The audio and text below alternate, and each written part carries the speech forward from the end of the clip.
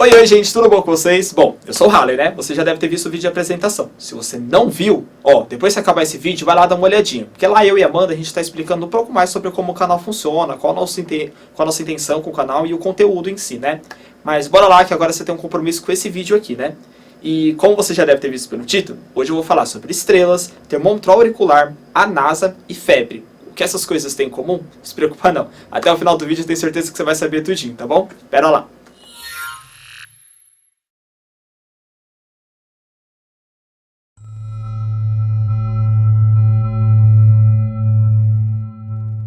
Bom, voltei. Entre o termômetro auricular e a febre, você já deve ter percebido a ligação, certo? No que diz respeito ao objetivo, bom, um termômetro auricular não difere muito dos outros termômetros. Todos são para medir a temperatura. Mas o que muda mesmo é em como a gente usa eles. Por exemplo, o termômetro auricular, pelo nome, você já deve ter percebido que a gente usa aqui no ouvido. E ele difere um pouco porque o termômetro de mercúrio a gente coloca geralmente aqui embaixo do braço, né? É aquele modelinho de vidro. Eu vou colocar uma foto dele aqui do lado. E ele não é tão seguro, porque mercúrio, ele é tóxico. Se aquele negocinho quebrar, o vidro, então, pode fazer muito mal pra gente. E o outro modelo é o modelo anal. E pelo nome você já deve ter percebido que não é muito confortável, né? Então, nesse momento, o termômetro auricular se torna a nossa melhor opção. Mas como que necessariamente funciona o termômetro auricular e qual é a ligação com a NASA ou as estrelas, como está no título do vídeo? Então, pera lá que eu vou te contar tudo, hein, né? Mas as coisas não surgem do nada. Não é simplesmente estalando os dedos que eu ia ter aqui um termômetro na minha mão. Bom, na edição eu até consigo fazer isso, mas na vida real não é assim que funciona, né? Então, para a gente chegar até o termômetro, a gente precisou de uma longa pesquisa de base. A gente teve que ter um desenvolvimento tecnológico muito avançado. E é aí que a ligação com a NASA e as estrelas entra. Então, a NASA, sabe? A Agência Espacial Americana, aquela que mandou um homem para a Lua, que tem até que estudar o povo brasileiro.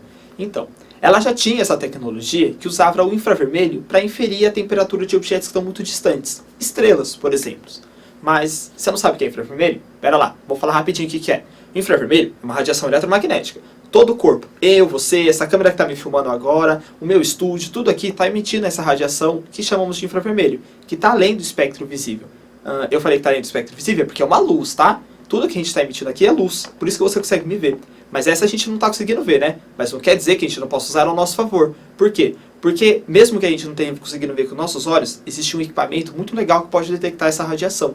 E foi aí que a NASA pegou a gente. Ela desenvolveu uma tecnologia que conseguia ler a emissão dessa radiação eletromagnética e transformar isso numa leitura de temperatura.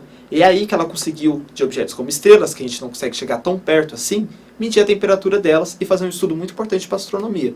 Então, já em 1991, quando a NASA estava dominando essa tecnologia, uma empresa do setor privado que se chama Diatec ficou interessada nessa tecnologia para trazer para o uso cotidiano. Então a NASA, junto com o seu laboratório de propulsão a jato, se juntou com a Diatec para fazer essa tecnologia funcionar para o nosso dia a dia. E é aí que surgem os termômetros. Essa leitura da radiação eletromagnética veio então para o termômetro auricular, que é o modelo que a gente usa aqui no ouvido, e também os pirômetros, que daqui a pouco eu vou explicar mais ou menos o que são e como a gente usa ele no dia a dia. E como eu tinha dito antes, o termômetro de mercúrio ele não é tão seguro, né? E o modelo anal não é aquele mais confortável. E também tem a questão que ambos são usados de uma maneira mais superficial. Então digamos que ele não mede a temperatura tão interna assim do corpo. O anal até tenta, né? Mas não é tão legal de usar ele. Eu ainda vou defender não usar ele, gente. Não usem modelo anal. Não é legal.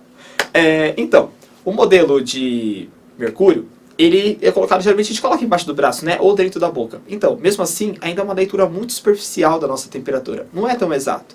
Então a gente já tem dois pontos contras, né? Ele não é nem seguro e nem é tão exato. E é aí que a melhor opção se torna o modelo auricular. Quando a gente coloca ele dentro do ouvido, esse modelo ele faz a leitura do tímpano, que é um órgão bem mais interno do nosso corpo comparado à pele superficialmente. Então, ele tem uma leitura bem mais exata da nossa temperatura. E é aí que ele está ganhando, né? Ele já é bem mais seguro, confortável e faz uma leitura bem mais exata. E essa tecnologia que é tão importante para a gente na questão da nossa saúde, em outros aspectos que eu vou falar já já, que é a aplicação do pirômetro, e é aí que a gente vê a importância da pesquisa de base em astronomia, né? Olha só, quem imaginava que o termômetro que tem aí na sua casa, por exemplo, veio da pesquisa da NASA para tentar medir a temperatura das estrelas. E eu estava falando do pirômetro também, né? Você ainda não sabe o que é? Não precisa sair desse vídeo para pesquisar. O pirômetro é essa pistolazinha aqui, ó.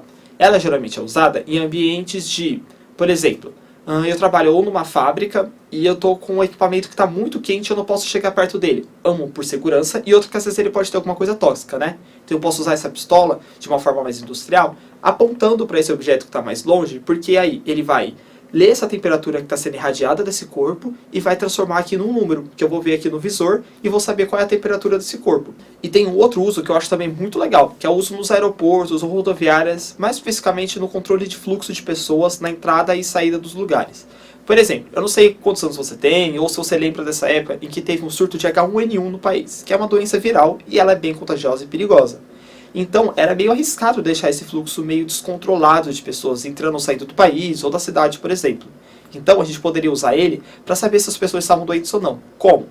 Como é uma pistolazinha, a gente poderia apontar a distância para essas pessoas e como o objeto está longe e também pode estar em movimento, não interfere tanto no pirômetro, a gente conseguia apontar para elas e saber se essas pessoas estavam febris ou não e aí sim fazer um controle melhor dessa entrada e saída de pessoas. O que é uma questão bem legal se a gente for levar em consideração segurança, não é mesmo?